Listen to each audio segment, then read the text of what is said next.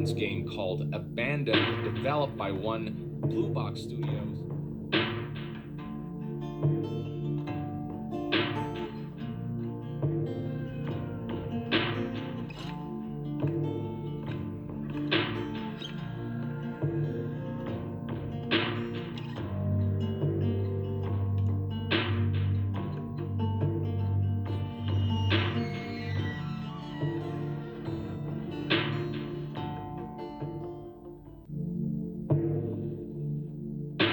Silent Hill is actually real or not, if that has anything to do with this abandoned game, or Bluebox Game Studios, or if Hideo Kojima's involved.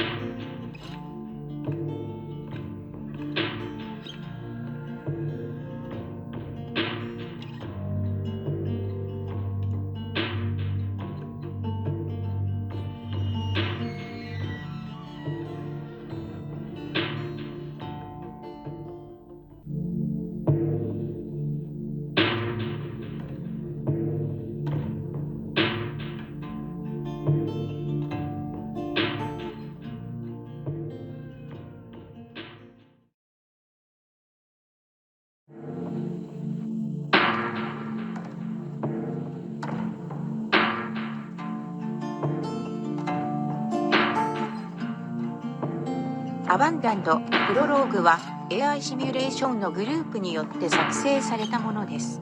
AI シミュレーションのグループによって作成された作品を観察し、それをダークホラーゲームとして PS5 でリアルタイムエクスペリエンスとして宣言します。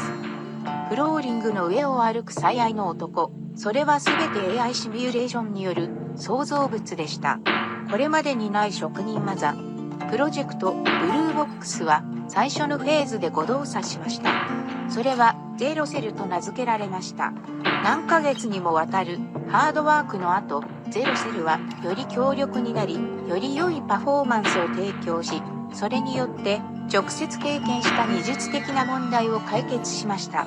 世界中の何百万人もの人々から質問を受けたゼロセルは非常に強力になり、実際にはブルーボックスを搭載したこれまでで最も強力な AI シミュレーションであり、機械で作られた体験はまだ展開されていません。プロジェクトを最高のピークまで成功させるのはこの極秘の実験です。これまでで最高の作品。それでもこのプロジェクトには人類に教えることがもっとたくさんあります。AI シミュレーションは 3D ゲームだけに限定されていません。それは社会で進行中の実験です。宇宙では AI シミュレーションはそれ自体に分をかけています。止められない速度ですぐにそれは人類を支配し、それによってその支配を引き継ぐでしょう。ゼロセル、それはまだ強力な武器です。すべての技術を武器に作り上げる。人間に対する AI のための武器。ダークホラー体験です。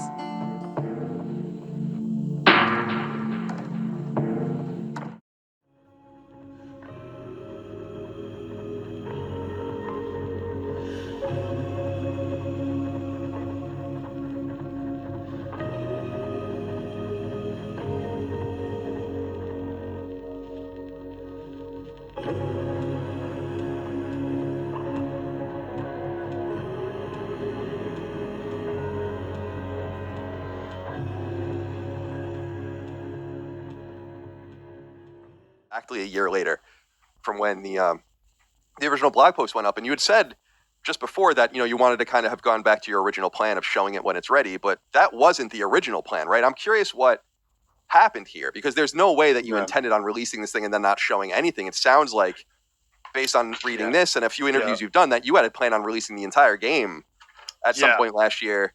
And then the app updated with that short sequence, and it seemed like you had more, because you had said that you had wanted to show a piece of the trailer you had kind of created. So where is that trailer? I mean, I'm curious what happened at the very last second that dissuaded you from ever showing anything. This just seems, this is strange. This is where the strangeness really gets going for me.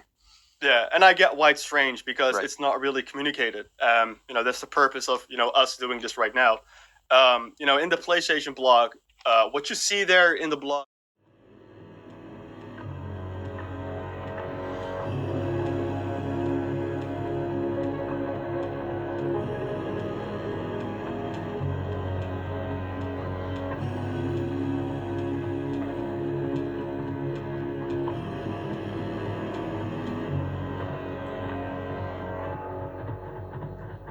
In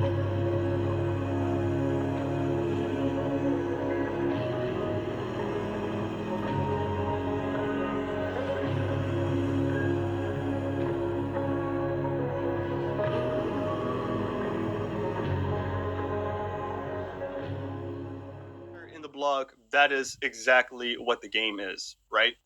Um, when it comes to let me say this real quick. The PlayStation blog actually was more like an announcement to let you know that the game, this is the concept and it's in development, right? So it was more like a first platform announce. You know what I mean? It's not really a release announcement or something like that. It was just to tease everyone, like, hey, this is coming. It was not. I never, trust me, I never had the intention. I never saw it coming that people would think that it was Hideo Kojima behind it, or that they thought it was a new Resident Evil 9 or a Silent Hill game. You know, so with the blog post, the only intention was to just to announce the game. But in my opinion, with your question, after a year, I do admit, the game was announced too soon. That's just a mistake. That's because it was just announced too soon.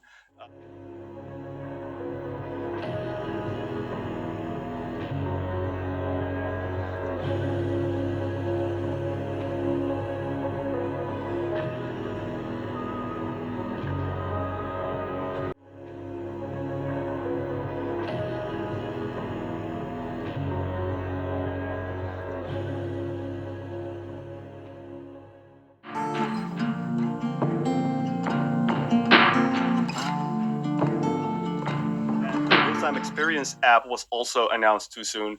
But the reason why that was at the beginning, we had this small group of followers on Twitter, and I wanted to create like an engagement, and I wanted to show what we already have, which was not much. And this is kind of where my, I guess, development slant comes in.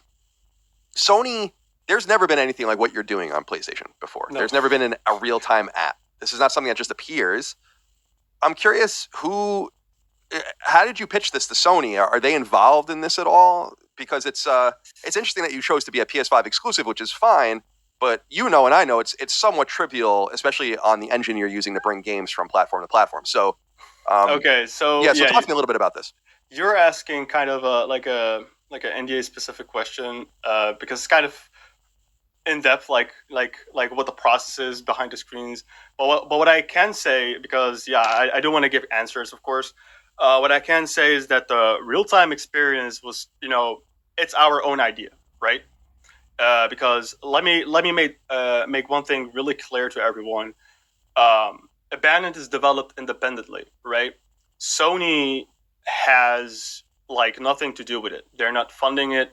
They are not. We don't have a special deal with Sony that's like, this is only for us, right? That's not the case. Abandoned is dedicated for PlayStation. Yes, it's our own choice. It's dedicated for the PlayStation community, and it will be only released on PlayStation platforms. Just because PlayStation is the right fit for these type of games, and we ourselves are also PlayStation fans. So it's a game that's made by PlayStation fans for PlayStation fans, and it's a game I personally believe in, and a real-time experience.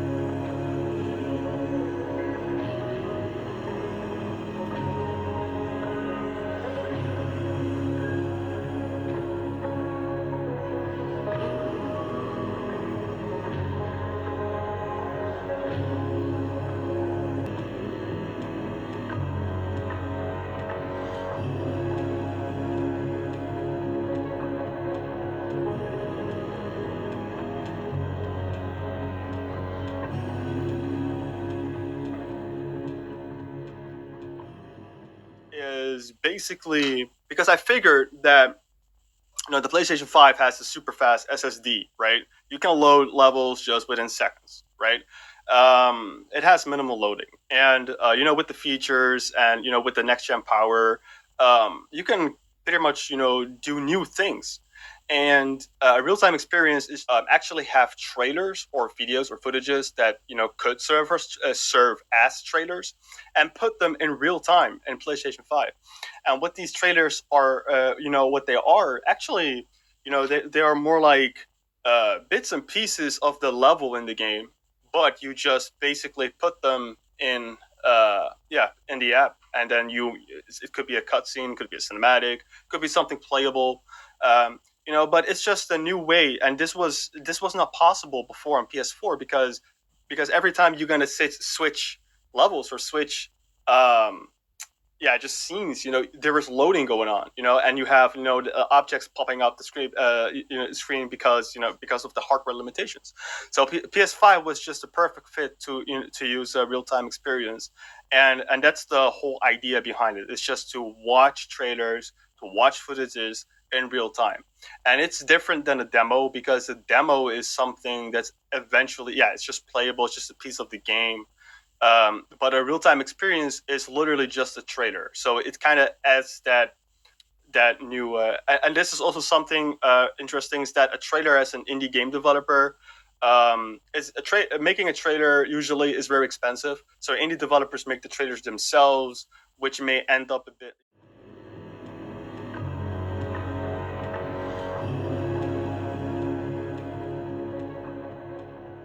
I'm not saying they're cheesy. I'm not saying they're bad because trailers real. There are good trailers out there. But basically, what I'm trying to say is that as an indie, you might want to do trailers in a whole different way, and I think that's also what people kept, looking at Bluebox aside of the experience, because like what the heck is a real time experience? It's another marketing asset, and I believe it's just a shame, really, that we haven't been able to update it properly and to fill it with content properly. Because just like you said, there's only a 5-second clip right now as we speak, which I'm absolutely not proud of. Right, that was the initial plan, like the initial idea, and the idea was then to release the real time experience app shortly after that, even if it was like a short teaser running in real time.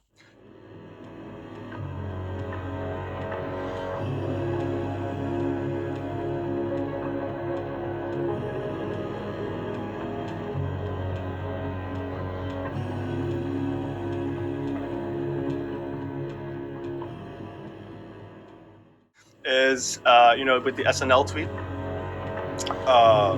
that kind of exploded things, and immediately we had so many followers. Like, it was so insane. Like, when I tweeted the SNL tweet,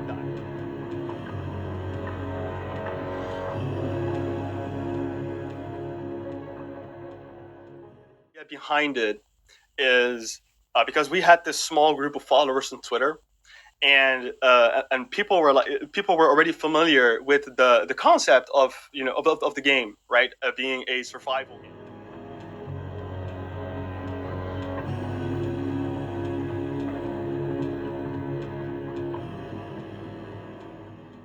So at least have people to guess the word survival out of it.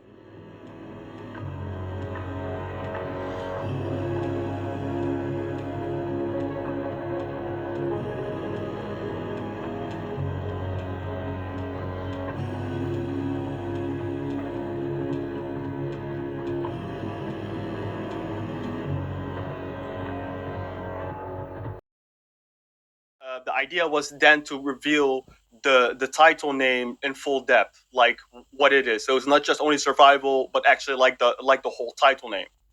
But and this is the weird coincidences come in. This is where kind of that tweet kind of blew out of like just every 5 or 10 seconds we had so many followers, and the notifications kept on coming and coming and coming. And there was someone who I work with who was like, where are they coming from? Like, we have an SNL tweet, but we were just engaging with our small audience. Like, what's going on? And then someone who I work with figured that, hey, like, when you look at the YouTube comments, you have people guessing it's Resident Evil 9, or Hideo Kojima's behind it, or this is Silent Hill, And I was like, aha. So people think it's Silent Hill, and based on the comments that you saw, and it was quite confusing because like a month and a half ago, like in April, we had to put a statement on the website, and that statement was pretty much discussed everywhere. And I figured, okay, well, people got it now, and it was quiet for a month and a half, so it was just something that I didn't see coming, and yeah, it's just I don't know. I don't know if it's funny or just annoying. It's just, but what I think it's a weird at the very least, because I think a lot of it was fueled by what seems like the coincidence that your name translates to Hideo, right, in Google Translate. Which...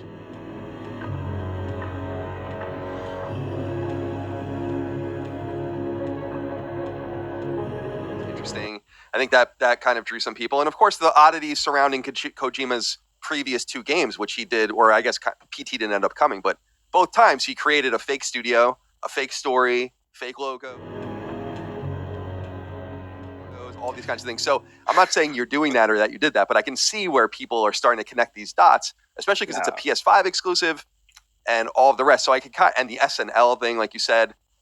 Now, if I saw that tweet, to be honest, because I'm not a huge Silent Hill fan at all, I would have never made that connection. So I appreciate that particular aspect of it, but I want to ask you this.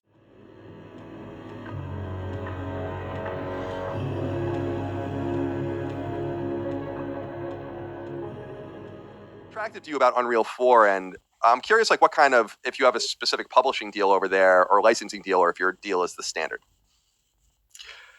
Yeah, so we do have with Unreal Engine like this private, this Unreal developer thing.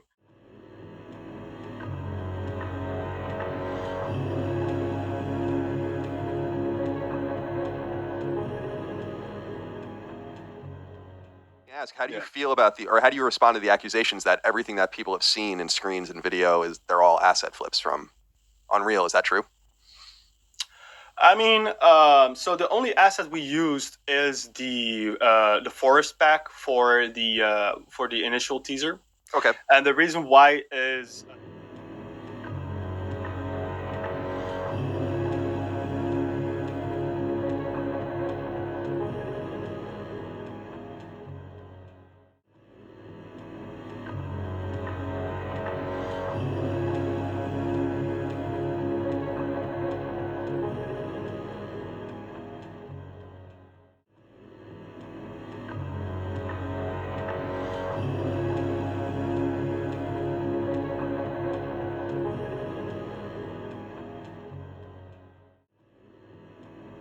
Are one of the hardest assets to create for games and movies, especially if you're trying to create realistic humans. It is one of the most expensive parts of any production. This is why MetaHumans is amazing. It allows us to quickly create realistic humans in minutes, and the application runs on your computer browser, so you don't need download Unreal Engine to use it. It also comes with a bunch of different preset humans. This is one of the preset humans. You can see that we have just a bunch of options at the left right here. We can go in and sculpt, maybe give him a bigger nose, and also raise the cheekbones. And then we could go into the head, give him different hair, and maybe even add in a mustache. And of course, change the proportions, maybe make him a little bit skinnier. Of course, we could continue using MetaHuman Creator, but what if we want to bring the human into UE5? Well, it's as easy as opening up Bridge and going into the MetaHumans tab, and under My MetaHumans, you see all the humans you have created. All you have to do is simply download that character and import it into your game. Once you do have it imported, you just have to find where he is under MetaHuman and simply drag it out. It is that easy now to create a realistic human for games and animation. But we're not just limited to a static human. We can animate pretty much everything about this metahuman, including his face. So for example, what if you want to move his mouth down? Just grab it like that, move it. You can also move his eyes, so you can see him looking in game. And keep in mind, all of these are animatable, so you can create an entire animation. We can even change his body's pose. So we can raise arms, and maybe try to animate him waving, if you are good with animation.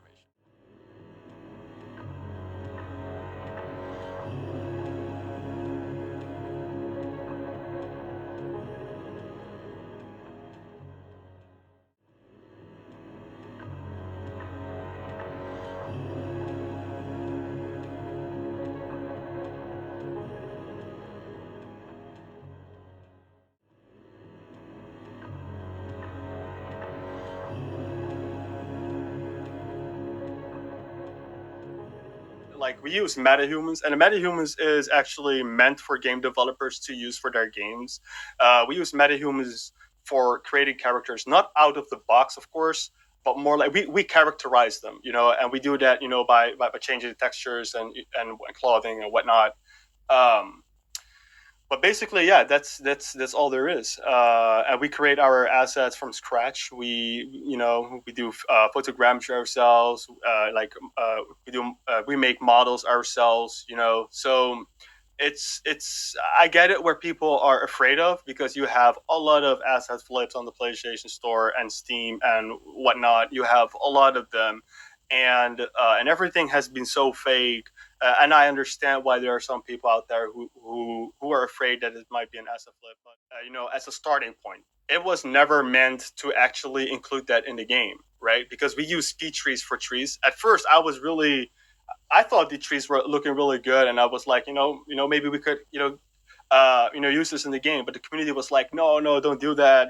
It's going to be an asset flip, and I mean, we at the end of the day, the forest pack was just for development purposes.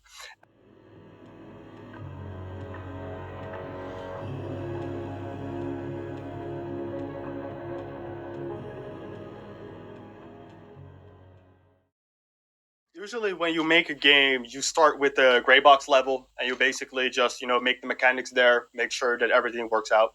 But we use that forest pack as a template, right? To kind of like to create our assets, the systems, in a realistic way. Like for example, like we do motion capture. And it's not what people think, that we have a fancy motion capture studio.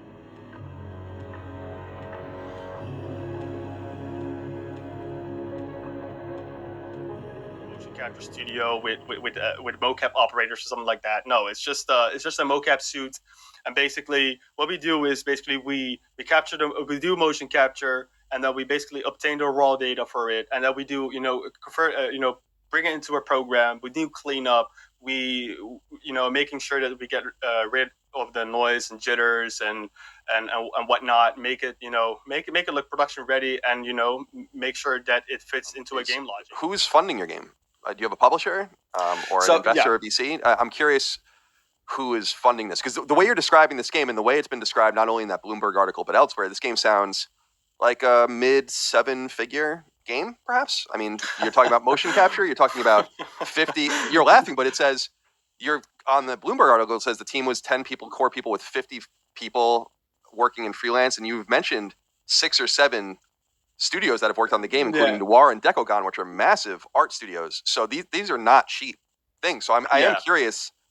Talk to me a little bit about this. Yeah, that's a really good question. And the thing is, as I mentioned earlier, the motion capture was, as I said, it's a motion capture suit. Nowadays they're affordable for AAAs, for indies to afford. You know what I mean?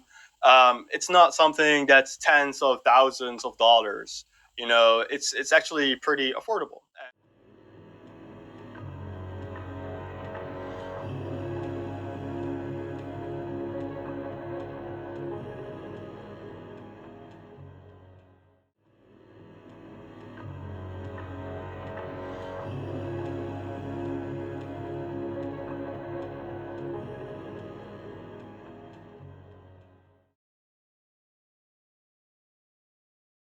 Just want to reiterate, and you can decline. I mean, I want to ask one more time. You are declining talking about current funding, like who is funding this game and who is. I know you said you had these plans, but let me be clear. I want to know. That's the thing, is I've never heard of a game announced in which it's a mystery who funded the game. Like, I can understand you saying we haven't announced the game yet, but this is the thing. I really need to know who's signed. So when it comes to Abandoned, we have a publisher for physical only. Who is the publisher for physical? It's Probe Games. So basically, what they're doing is they're just only releasing the physical version for the game worldwide. But it's a small game, so it has a price tag. It's low. It's a low price tag. You're going to charge for the Prologue? That's not really 100% confirmed, so I can't really say that right now. But it's going to be 100% below $14.99. Okay, cool. Yeah, fair enough. So again, it's a short game, but at the same time, it is a game that is it's our ambition. It's polished, and it's really exciting.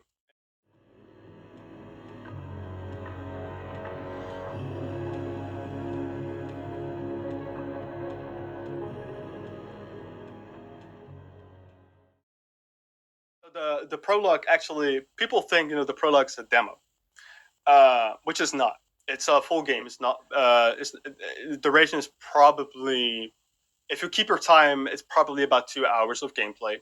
It has a full set of trophies, including the platinum. Nice. And it has the environments. Parts of the environments of the full game are actually also in the Prologue. And the idea about the Prologue is essentially just to give you, just a hands-on on the game and the mechanics, the visuals, but most importantly, the story about the game. Are you guys aware that the main protagonist is players play as is Jason Longfield? Yeah.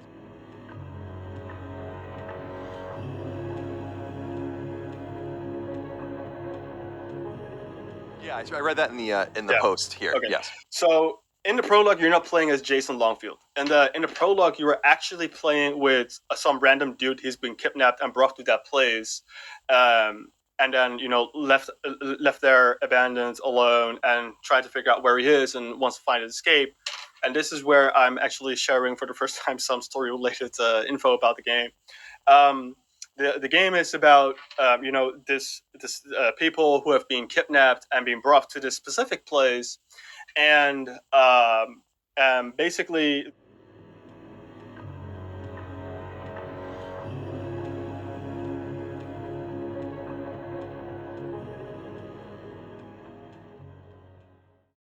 they think that they're alone, but the thing is, there is actually a community inside of that place, and this community is actually ruled by, it's actually under control, forced control. By this man, which the eye patch guy.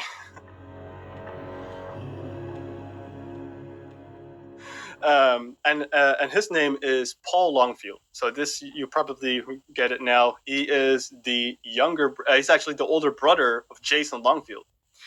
So Jason is actually younger. Jason lost his parents when he was 2 years old, and Paul was actually his older brother. So he knew that he had a younger brother. Jason didn't really remember him. So throughout time, Paul always kept an eye on him. But as they grow older, Paul kind of deviated from life, and that's where Jason actually, that's where Paul, started this terroristic dark community over there, and that's where he wanted to, take Jason, his younger brother, and be like, hey, you can have this power as well, just join me, right? And I'm not gonna talk more about the story because I already told too much. But Did you write the story? Yeah, I wrote the story. Cool. Yeah, so that's what I do in game dev. That's the only thing I just write the stories. Other people do all the hard work. Oh, really? Yeah. Okay. Yeah. Well, that's interesting. Yeah. Paul is actually he's not alone under control. This is the last thing I'm going to spill about the story. He has 2 assistants, and they are basically helping him out. And the community is actually people who are kidnapped. But the thing is, those who try to escape that place are being executed in front of everyone. And so kind of people are just staying in that place because they're afraid to escape and kind of, be there. And you as and this is the story for the full game, not the prologue. And you as Jason, you don't want to accept the offer of his brother, so he actually secretly forms this alliance against him. And yeah, that's where Abandoned is. Cool.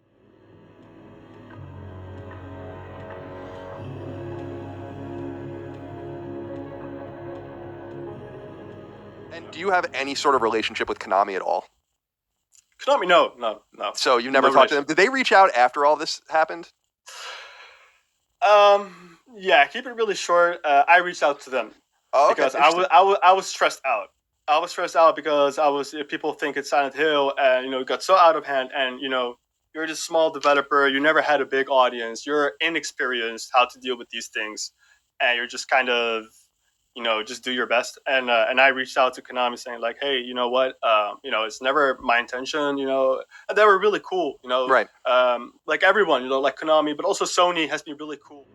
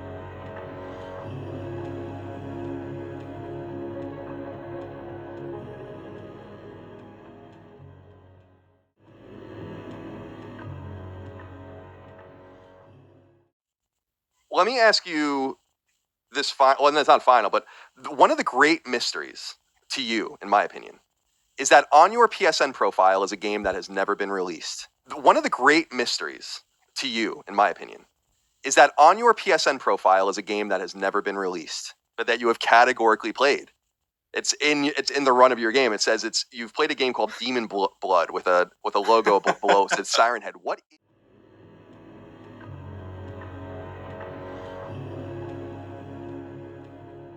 is that? I have to, because knowing how the PSN works, and I do. So just to back up and tell people how things work.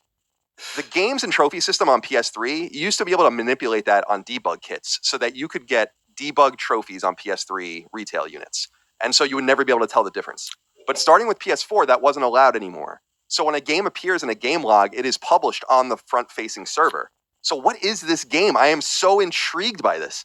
It says that you played it, I think, for an hour or two. Demon Blood, Siren Head. What is this game? I need to know.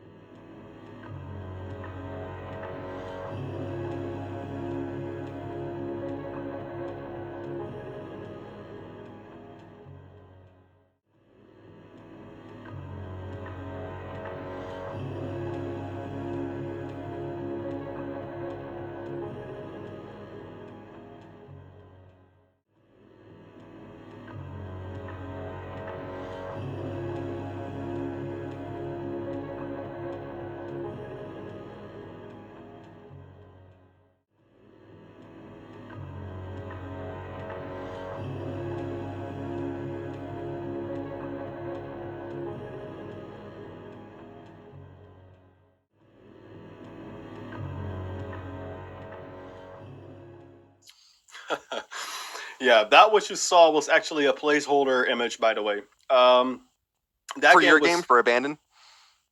No. Okay. It's not for Abandoned. Absolutely not. So it's a placeholder for something else. Yeah, so that was a game. Yeah, so that was a game that I made for my nephew because Siren Head was really, really, popular at the time, and my nephew was really, and he's about 7 years old back then. Yeah, he was 8 years old, and he was really, excited to, but there wasn't really a Siren Head game on PlayStation, and he's a really big PlayStation fan. So I was like, you know what, I'm gonna make this game just for him.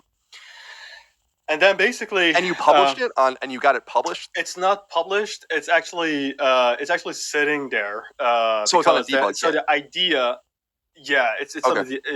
So the idea was actually just to have it for everyone to play it. That he would actually play it. It wasn't. The idea wasn't. So first, the idea was to actually make a arcade game for the public out of that, right? But it wasn't that specific game. It was more like it did.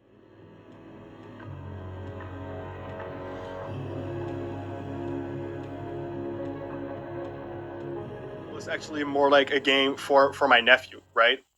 But the game that I would make out of that eventually was actually more like a split screen game for the public. But how did that end up in how? I just don't understand how that ended up as a package on PlayStation that showed like that. Wouldn't your nephew have to have his own debug to play a package? I mean, if you are, I'm not really want to take risks, but you can talk to me. I mean, we do develop on these kits. I don't think it's... Yeah, but the audience. Okay. So the thing is, like, I want to keep it NDA safe. So basically, like with Siren Head, or with any other game, if you launch a game on a development environment, but you still go to a production environment, that basically, people can still see it, and I do believe it's gonna still list it up there. Interesting. I'd never tried to log in with my real credentials on the debug kit, so I guess that's why it was something I never saw. Okay, that's fair enough. I needed to ask you that because that to me is, I think, the greatest mystery. And if that's the way you, it's just why? Because I don't think I've ever seen a a package on a game list that was from an unreleased game in my life on PSN. I just don't. I cover PlayStation, you know, and that's why they're advising you, you know, not to use a, you know, an actual gamer account. You the floor if there's something that you wanted to kind of say as we wrap up. Yeah, the timeline, what people keep spreading, saying like it's a scam. The thing about the timeline is it's becoming interesting to take a look at a company or a studio. I don't want to use the word company because, you know, that's kind of gives people the idea that we're just a huge corporation, which is not. We're just a small indie studio. But the idea, like the thing about the timeline is if you're gonna take a look at all the projects, you know, in one, you know, specifics, you know, a list, then yeah, sure, you know, without context, without knowing the story about it, it might seem suspicious. But actually, what it is that, you know, and I say this over and over, is that, you know, the games that you see like Unseen Faces, you know, even Rewind, The Whisperer, and stuff like that. Those were games that were listed on a website called IndieDB.com. That's where indie developers can, you know, put their games on there and write articles for themselves to build up an audience. And games like The Lost Tape, Unseen Faces, they never actually got an audience, right? And as a developer, you don't want to take that risk. I think you would agree with that. You know, if you don't have an audience, you just don't want to take, you know, risk in developing the game. So it ended up, you know, canceled. And Rewind was Rewind, the Paranormal Investigation game, was on a Kickstarter. It got canceled, right?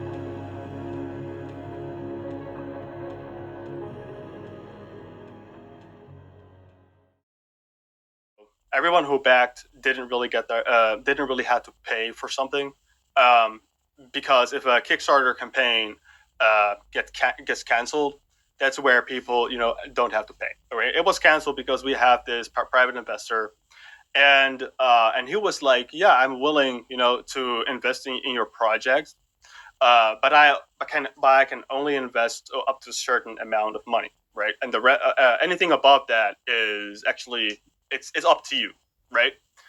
And I was like, sure. So I made a timetable of the costs, and it actually like exceeded, you know, the funding, and that's where basically after all the funding didn't go through at all, right? So that's where the game also, it didn't see daylight because it was just too expensive to make. And so that's that.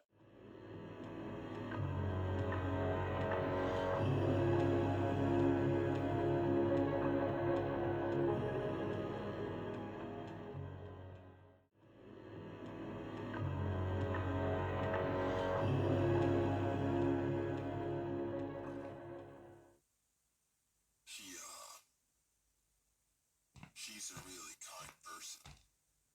She really cares about you.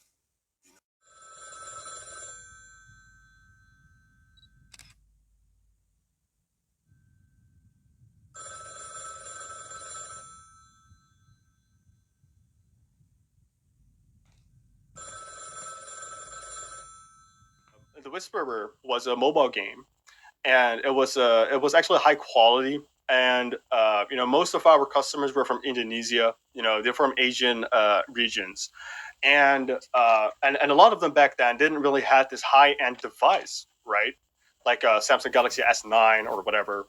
So they couldn't run it. So they bought the game, but when they realized that the game wasn't stable, they kind of always like refunded the game because and at that point the game becomes dead. So it got removed from the store.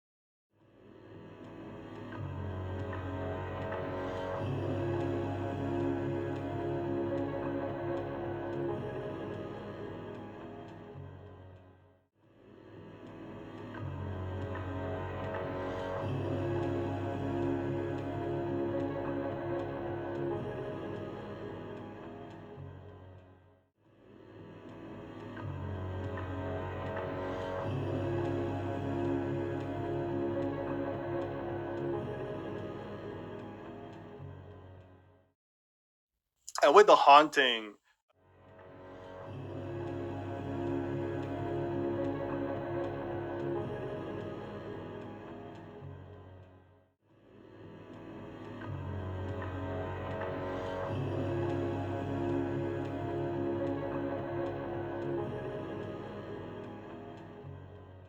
actually got on Steam as an early access game.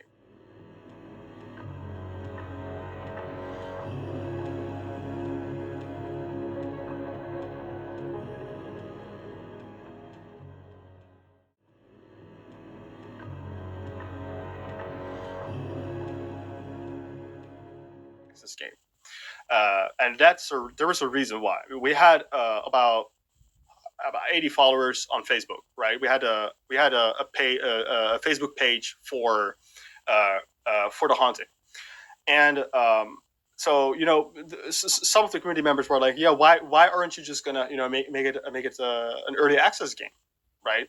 Just for us. And so we came up with the idea to to collect feedback. Okay, well, we let you play the game in advance, and the focus about that early access was actually more like what the battle mechanics were, right? Because anything else was a placeholder. The animations, the characters, the environments, everything was just a placeholder, and that's why it was so it wasn't really polished. The game has a dedicated functionality to provide feedback.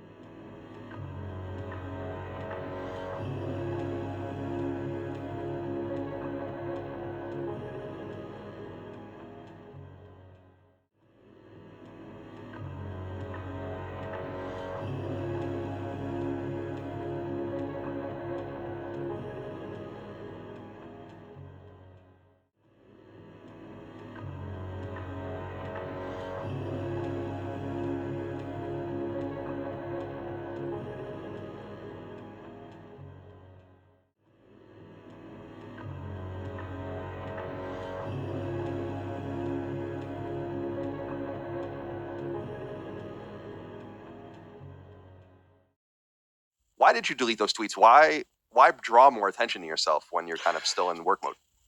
So yeah, that's a really good question.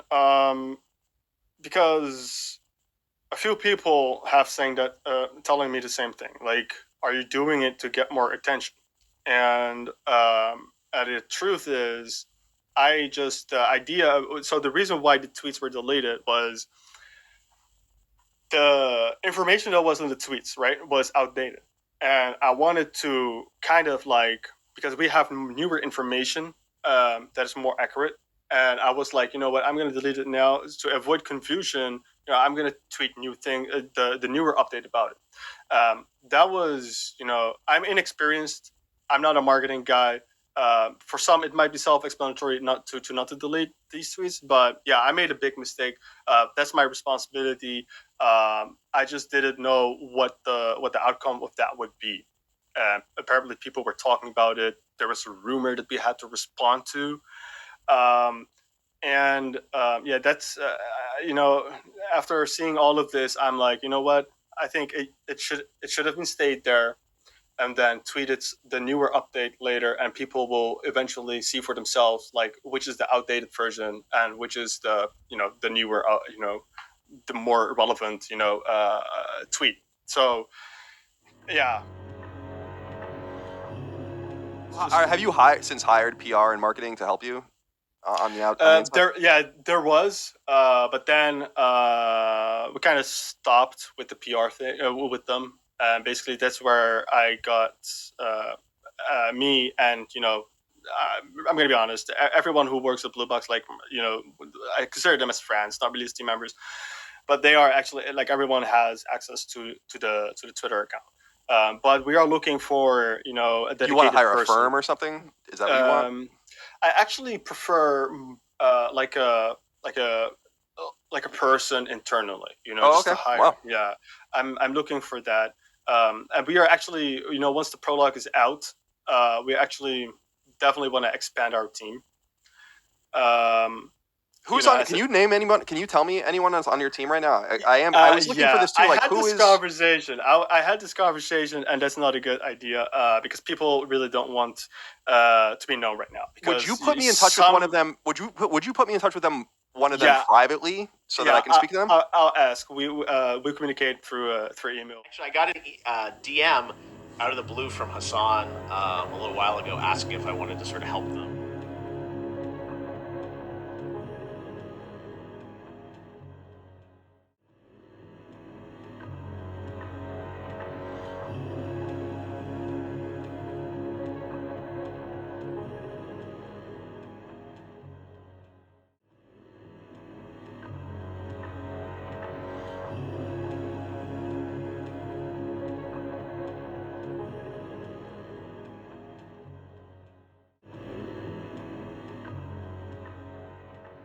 And I know Geoff Keighley. I met him at the Game Awards in 2015, and I saw it on Geoff Keighley was like about I can't say what it is. Yeah. And his whole face is saying, but it's true. Anything you're ready to he's always lying.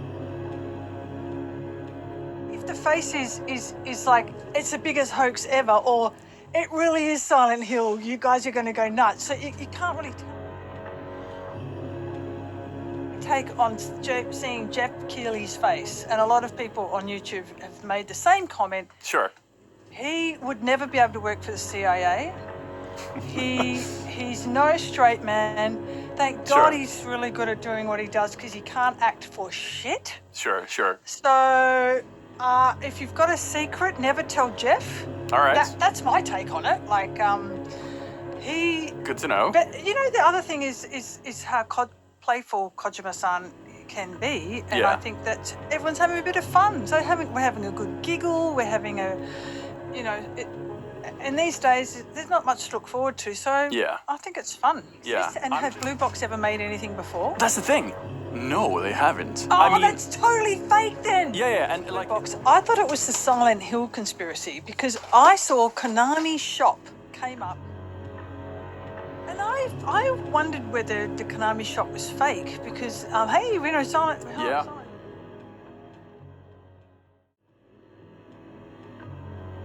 If anyone's listening from Konami or, from Kojima Productions, I was in Silent Hill 2, Silent Hill 3. I could do some zombie noises for Silent Hill.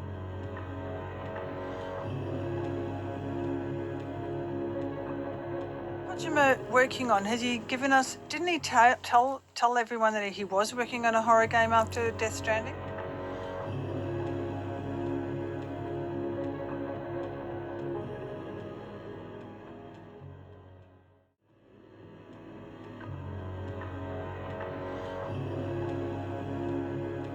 Yeah, I wonder who that, I feel sorry for the voice actress. Yeah. Was she, and some of her intonation was... Yeah. And was quite... Yeah, and like it's not mixed properly, so it sounds like she's sitting talking like this. Imagine waking up in a place and it's really scary, okay? Yeah. So it's like, and so sometimes when people like get mad at the voice actors, maybe that's what the director said. Do it in a really shit way. Yeah. And so she's such a great voice actress that she goes, you know what? I've got this. yeah. And that, I mean, if it is a Kojima ruse, then that's probably what happened. But like, if it's not, you know, I feel so bad. Yeah, that's super awkward. But they did, Bluebox also tweeted out. They responded to somebody saying like, well, the trailer voice sounded like shit, and they were like, no, the full game is gonna have top tier voice actors. Forget about the trailer. So they're like also throwing her under the bus. Who tweeted that? Bluebox Game Studios official. So like they're like throwing the poor trailer girl under the bus themselves. Forget about that shit. She sucks. We're gonna have real voice actors. And she had a funny accent, so I'm like, is she? No offense to my Canadian friends, but is she Canadian or like? I think it might be Dutch, because they're apparently from Holland, the studio. Right, maybe that's it. Might be. She sounded totally American, North American, but there was for like 99%. Waking up at a place far, far away from home.